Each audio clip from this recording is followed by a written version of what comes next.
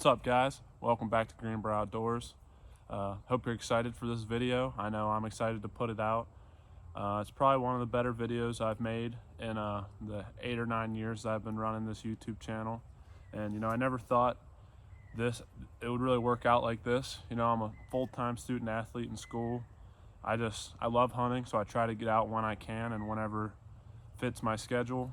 And it just so happens, that I was lucky enough to get permission on a farm here close to my school. And let me just say, it's probably the best farm I've ever hunted in Pennsylvania or anywhere else. I haven't hunted that many farms at this point in my life, but the number of different nice deer on this farm for Pennsylvania is really, really awesome, and I'm super pumped to have an opportunity to be able to hunt it. I tried to do the most with the video with what I had, so I really hope you enjoy, and yeah, let's get it right into it. So I'd like to start out by just giving you guys some insight as to where I was hunting Friday. I'd been hunting down in this bottom because I've been seeing all these deer coming out to the field in the evening, but I just hadn't been seeing my target buck. So I really wanted to come and check out this point where I thought he could be bedding at. It's really super thick. There's kind of an old orchard there with some apple trees. And I just thought it'd be a really good place to catch that buck coming back to bed before daylight. So after my Wednesday morning hunt, I climbed down and went to hang a camera and scout it. And I actually ended up jumping that buck right there off the corner of that third field. And just based on the amount of fresh acorns that were there in scrapes, I knew I had a good shot the next time I was able to slip in there.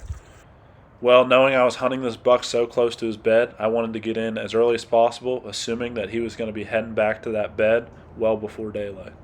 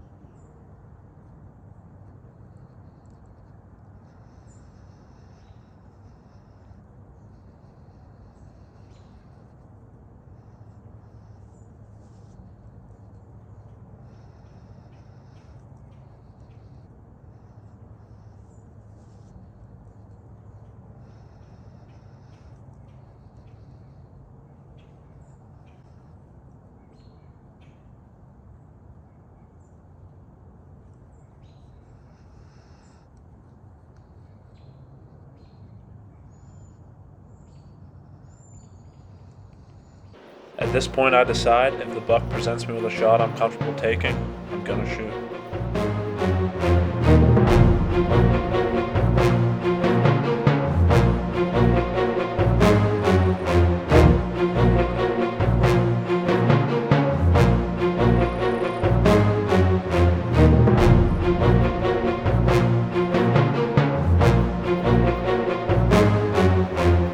The buck finally turns broadside at 50 yards and gives me my shot.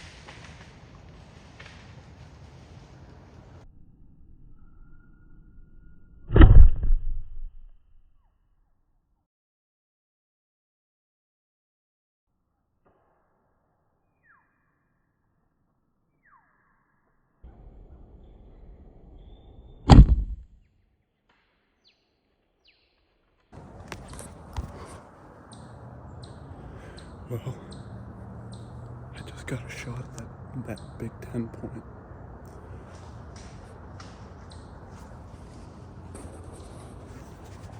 At this point, I hear that the buck is up and moving.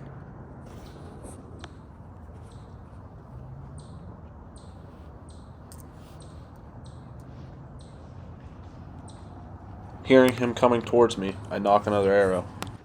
Well, that was something this morning. Got a shot at my target buck.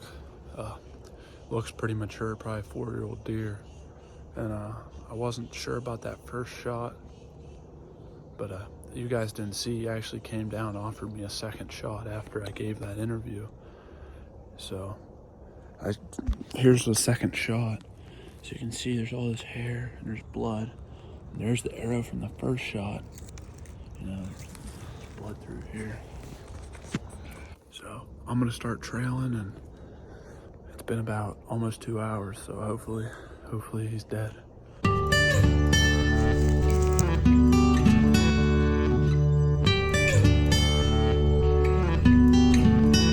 Cheers! Cheers!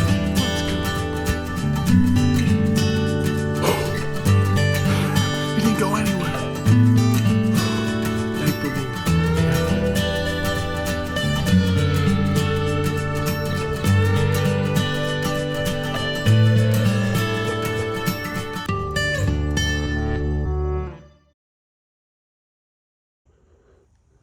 What a beautiful buck.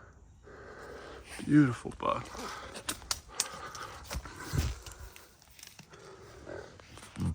Beautiful buck. Oh my word. Well, here he is. It's now October 22nd. I shot that buck on October 11th. And man, I can't be more happy with him. Beautiful 3.5-year-old buck probably. It only took me 3 sits to get it done up on this new permission farm. And yeah, I've been just watching the cell cam pics roll in the past couple weeks, wishing I could hunt. But yeah, there's a lot of nice bucks still around, and I'm so excited to be able to hunt the farm again next year. I think there's a chance that might be some pretty nice bucks around yet again. I believe one of the biggest factors that led to my success was the fact that I was able to scout so much from my vehicle. There's a road that splits the property in half, and I was able to see both sides of the property and see the fields. And since the deer weren't getting much pressure, they were still coming out into the fields with plenty of daylight left. So anytime I couldn't hunt, or anytime I had any free time, I was just over there glassing, looking at the fields. And man, it was impressive the amount of deer that were coming out into those fields, and especially the amount of bucks. I mean, some nights I'd see 10 or 12 bucks from the car, and there's nothing like that where I'm from. So it was pretty cool.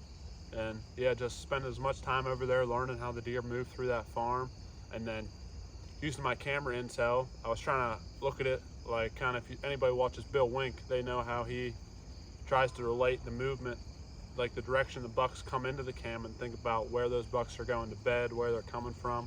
So I tried to play all those into account, and I pretty much figured out where I thought this buck was bedding. I wanted to put a camera there, and I actually ended up jumping the buck when I went to put the camera up. So I knew he was bedding there now. I was just hoping I didn't spook him, which I really didn't think I did. And next time I was able to go in there and get it done. I did have to take a 50-yard shot, which is less than ideal, but I got it done. I practiced at 50 and I know I can pull it off, and I did. So yeah, like I said, I'm very grateful, and yeah, it's my biggest buck with the bow. Hopefully not for long. Maybe I'll be able to get a bigger one this year, late season in Maryland, or maybe next year I'll get a bigger one in PA. So thank you very much for watching. If you're not subscribed, I'd encourage you to subscribe and hit the like button. So thanks.